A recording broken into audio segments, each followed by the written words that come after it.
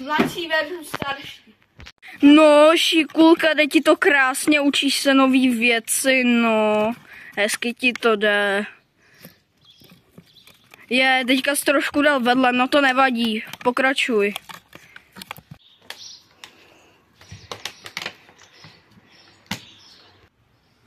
Tak jsi zde byl? Jo, chytám.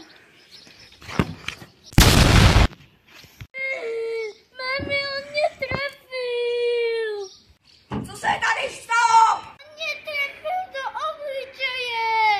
Já jsem nic neudělal, mámo, co si jako stěžuješ? Keď si jdeš bez mobilu, bez televize, bez PlayStationu, bez tutu, Samura, bez počítače, bez všeho prostě.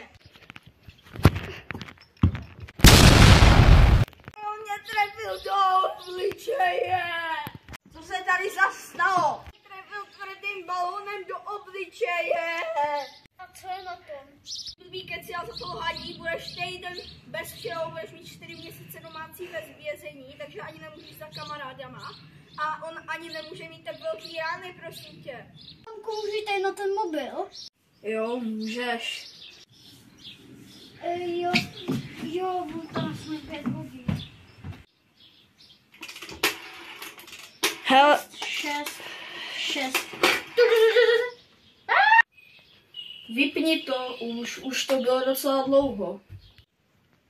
Já chci ještě 2 hodiny. Jo, tak aspoň ty 2 hodinky ještě můžeš teda. Tak jo. Mami, můžu jít taky na počítač nebo na mobil? Můžeš, ale třeba jenom na 5 minut. Aspoň něco. Hele, už to vypni! Se ještě nechce, ještě 5 sekund a už to vypnu. Ne, teď hned to vypni. No. Už jdu, no. Hele, budeš si ty věci kupovat za svý.